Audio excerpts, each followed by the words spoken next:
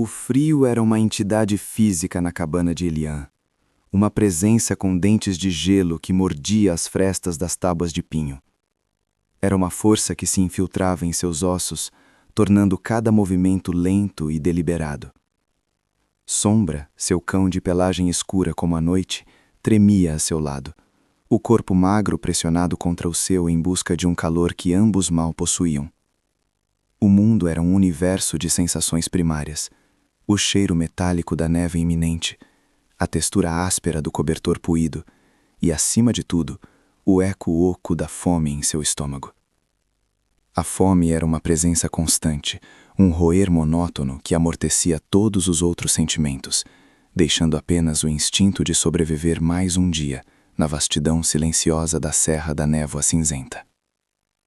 Inscreva-se no canal e comente de onde você está assistindo para não perder nenhum capítulo desta jornada.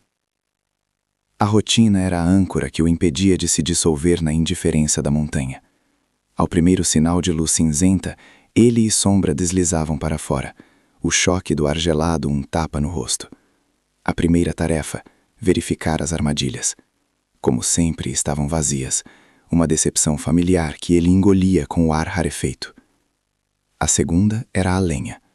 Ele nunca cortava árvores vivas, um pacto silencioso com a floresta. Em vez disso, procurava os galhos que a montanha oferecia, carregando-os de volta em um esforço que gerava um calor fugaz, a promessa do fogo que era o coração pulsante de sua existência solitária, uma pequena estrela laranja e crepitante no centro de sua cabana escura. A solidão era uma camada de gelo em sua alma, tão constante quanto o frio em seus ossos. Do mundo lá de baixo restavam apenas fragmentos, ruídos altos e a sensação de ser invisível. A montanha o acolhera em sua indiferença, ensinando-lhe a linguagem das nuvens e o cheiro do vento. A única ameaça real, a memória que trazia um calafrio que fogo algum aquecia, era a dos caçadores. Homens com roupas barulhentas e cheiro de metal, cuja presença era uma violação. Por isso, Elian se tornara um fantasma, e Sombra, seus olhos e ouvidos, a sentinela silenciosa em seu refúgio. A cabana era seu santuário, mas também uma câmara de eco para o silêncio absoluto. Foi um som que quebrou o feitiço da rotina. Não o vento, não o estalar da madeira, mas algo mais. Um arrastar suave e hesitante do lado de fora da porta. Instantaneamente, Elian congelou, cada músculo tenso. Ao seu lado, Sombra ergueu a cabeça, um rosnado baixo e incerto vibrando em seu peito. Não era o passo pesado de um caçador, nem o andar cauteloso de um animal da floresta. Era algo diferente, algo deslocado. Elian rastejou até uma fresta na parede, o olho pressionado contra a madeira áspera, e o que viu fez seu coração parar. Não era uma ameaça conhecida, mas um enigma de pura vulnerabilidade, uma forma estranha encolhida contra sua porta, tremendo violentamente sob o peso do céu cinzento. O som que antes o havia paralisado na segurança da cabana revelou-se ser apenas uma das muitas mentiras do vento, um murmúrio oco que a montanha usava para testar a coragem dos seus habitantes solitários. Elian, depois de um longo momento de imobilidade, com o coração a bartelar contra as costelas como um pássaro enjaulado, relaxou os músculos um a um, a adrenalina a dissipar-se lentamente no frio do seu sangue. A ameaça era uma ilusão, mas a fome não. A fome era a única verdade, uma presença constante e roedora que ditava cada um dos seus movimentos. Puxando o capuz gasto para mais perto do rosto, sentiu o tecido áspero arranhar a pele, uma textura familiar que era tanto um desconforto como um consolo. Ao seu lado, Sombra, cujo pelo era um pedaço da própria noite, abanou a cauda uma vez, um gesto contido que comunicava sua própria prontidão. Juntos, saíram para a luz cinzenta e difusa do amanhecer, um mundo pintado em infinitos tons de branco e cinzento. A busca por recursos era um ritual, uma peregrinação diária através de um templo de silêncio e neve. Os seus pés, envoltos em pedaços de couro amarrados com tiras, mal faziam barulho na neve fofa, um talento aperfeiçoado por anos a evitar a atenção indesejada dos caçadores. Ele movia-se com uma economia de movimentos que era quase fantasmagórica, os seus olhos varrendo o chão não em busca de beleza, mas de anomalias, um galho seco e caído, livre da umidade que o tornaria inútil para o fogo, ou o contorno sutil de raízes comestíveis sobre a camada de gelo, uma loteria que raramente pagava. O ar era tão frio que parecia estalar, e cada respiração era uma pequena nuvem de vapor que se agarrava por um instante, antes de ser arrebatada pelo vento. Elian sentia a mordida do frio nos seus dedos, mesmo através das luvas remendadas, uma dor surda que era uma constante companheira. Sombra caminhava ligeiramente à sua frente, o nariz a contrair-se, lendo as histórias invisíveis que o vento escrevia na neve. O cão era mais do que um companheiro, era uma extensão dos seus sentidos, os seus ouvidos capazes de captar o estalar de um galho a uma distância impossível, o seu olfato a decifrar as complexas mensagens da floresta. Hoje, entretanto, havia uma tensão no andar do cão, uma rigidez na sua espinha dorsal que Elian não reconhecia. Sombra parava frequentemente, a cabeça erguida, as orelhas a contorcerem-se, não em direção a um som específico, mas como se estivesse a ouvir a própria pulsação da montanha, e essa pulsação estivesse errada. Elian parou também, o seu olhar a seguir o do cão, mas não via nada além da monotonia das árvores cobertas de neve e do céu opaco. Ainda assim, o instinto de Sombra era uma bússola em que ele aprendera a confiar implicitamente. Uma inquietação subtil começou a infiltrar-se na sua própria consciência, uma sensação de que não estavam sozinhos, de que o silêncio habitual da serra estava grávido de algo desconhecido e iminente. A insistência de Sombra tornou-se impossível de ignorar. O cão, que normalmente se mantinha num caminho familiar, começou a puxar para a esquerda, em direção a um denso bosque de abetos cujos ramos baixos e carregados de neve formavam uma barreira quase impenetrável.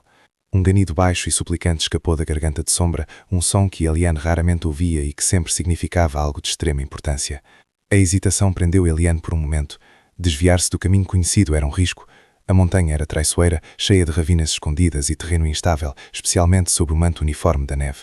A lógica da sobrevivência, a sua companheira mais antiga e fiável, gritava para que ele se mantivesse no percurso seguro, para que recolhesse a lenha que conseguisse encontrar e voltasse para o calor precário da cabana.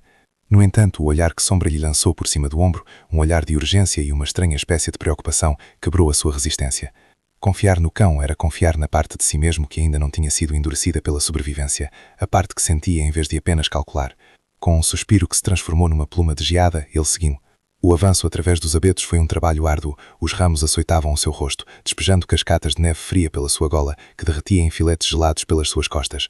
O silêncio aqui era diferente, mais profundo, abafado pela densidade das árvores. Foi então que ele o sentiu. Um cheiro. Não era o aroma limpo e resinoso dos pinheiros, nem o cheiro úmido e terroso da neve a derreter.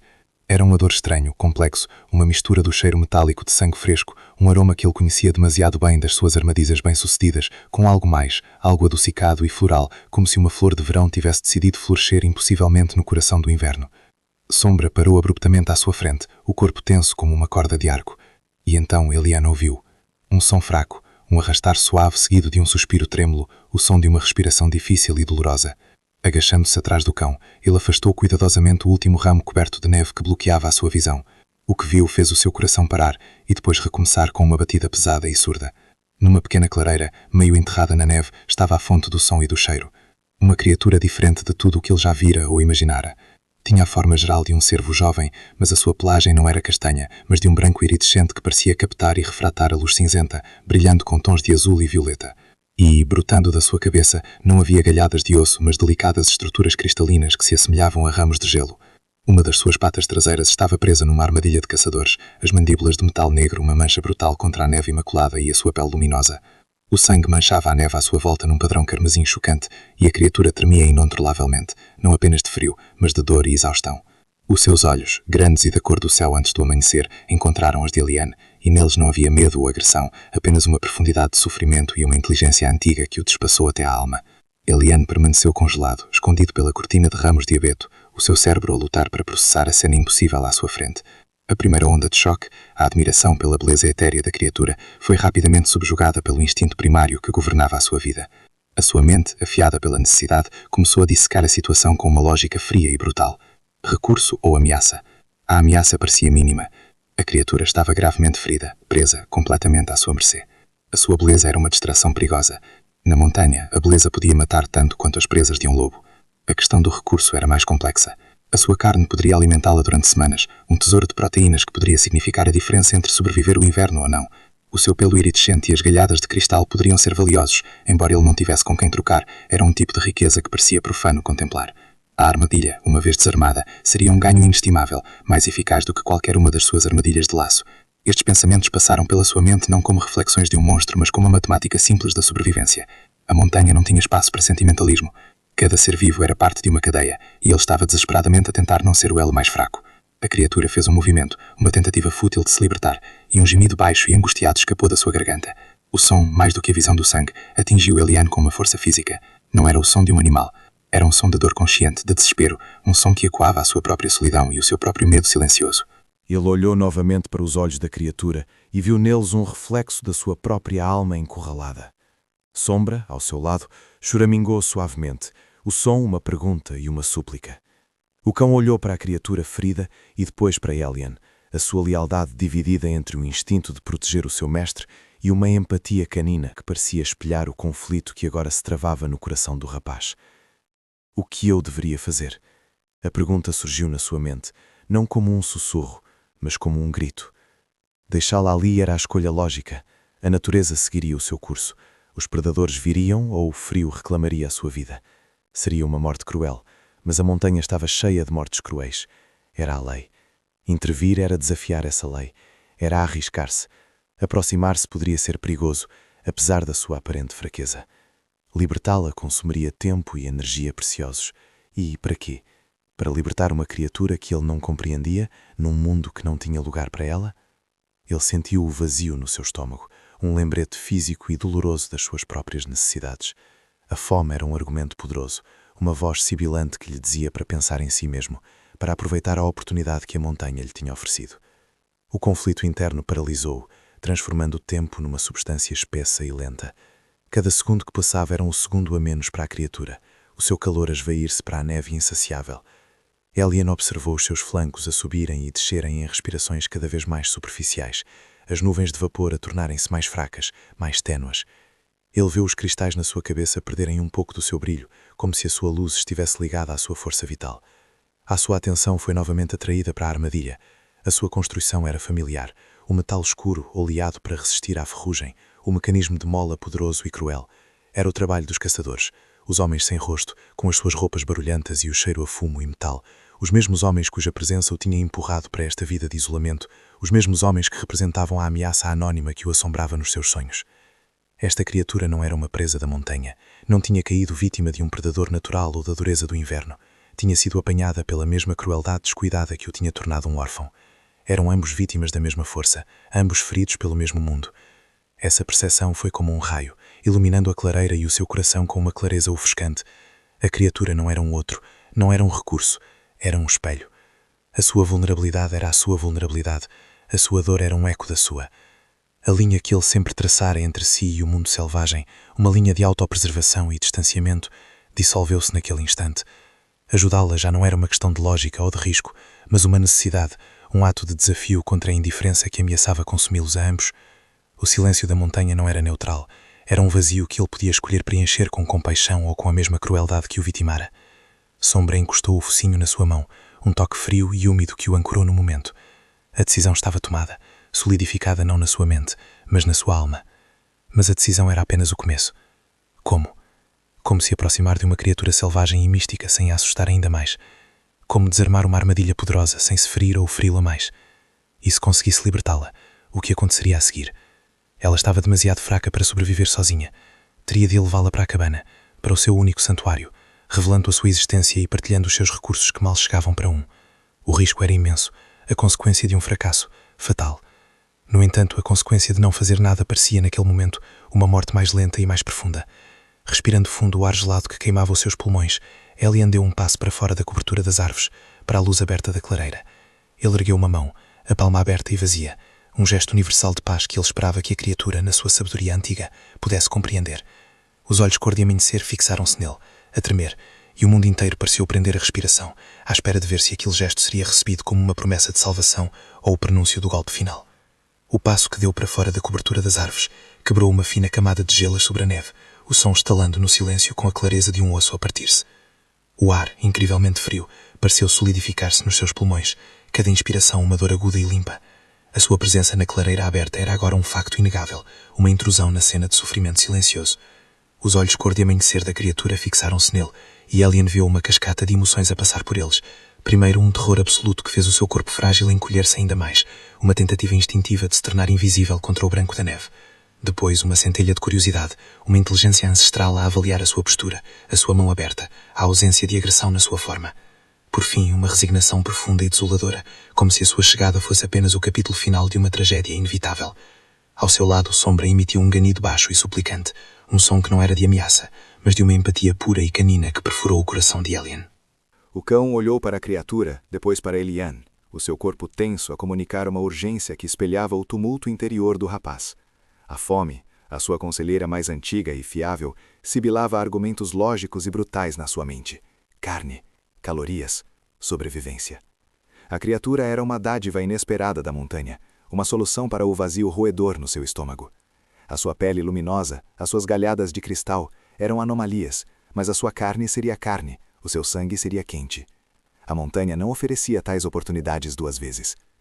Mas depois o seu olhar voltou para a armadilha, o metal negro, uma mancha de crueldade industrial contra a santidade da neve.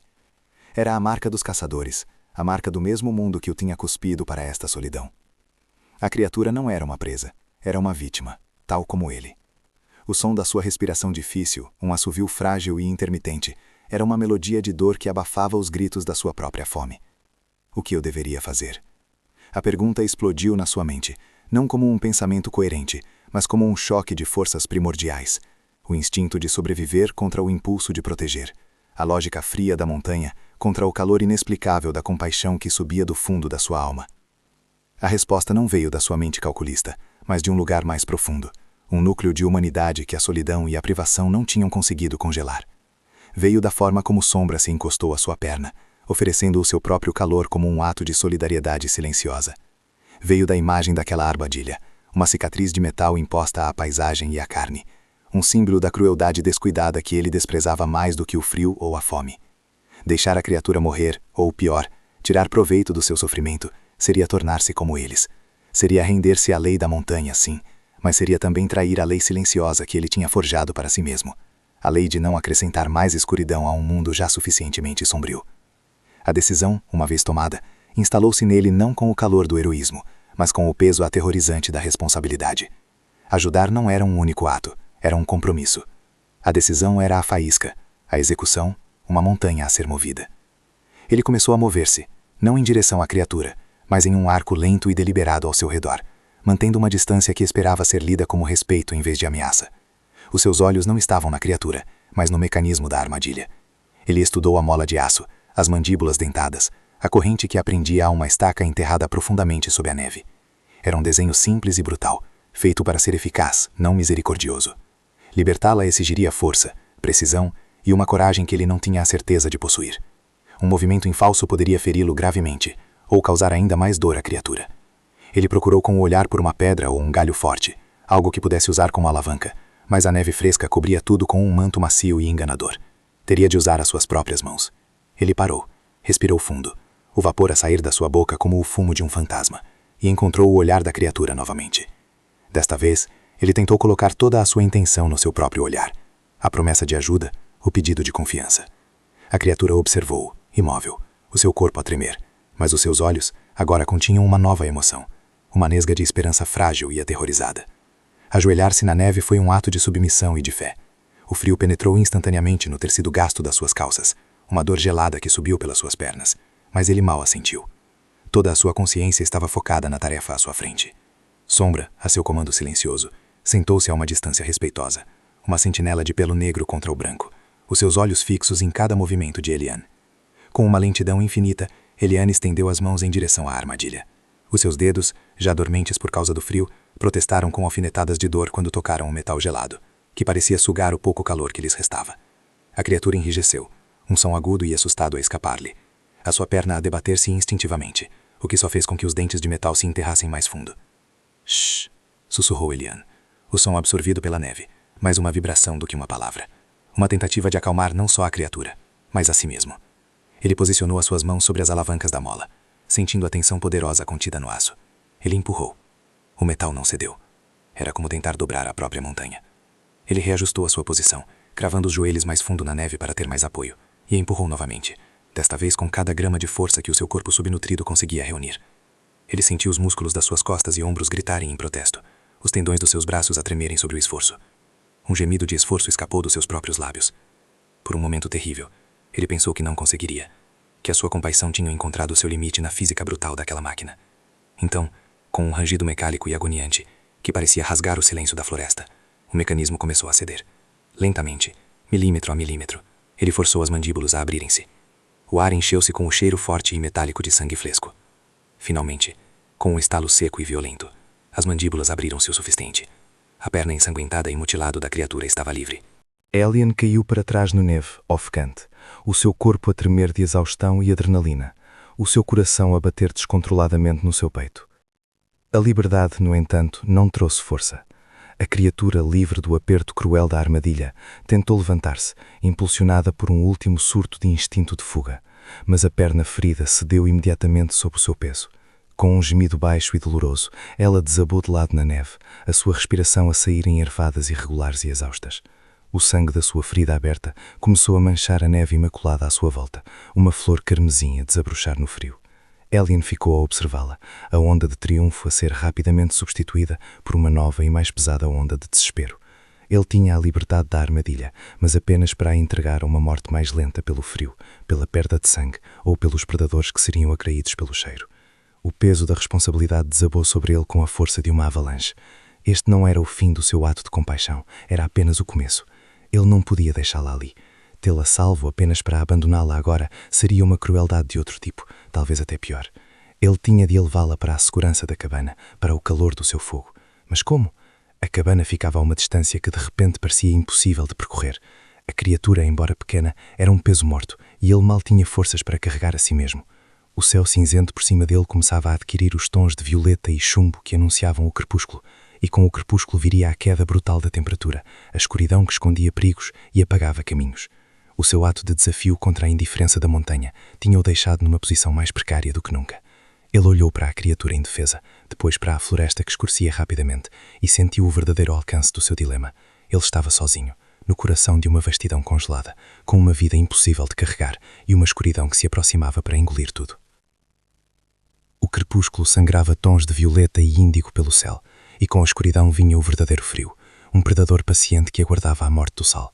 A exaustão pesava sobre Alien como um manto de chumbo, cada músculo do seu corpo a tremer, não apenas de frio, mas pelo esforço monumental de libertar a criatura.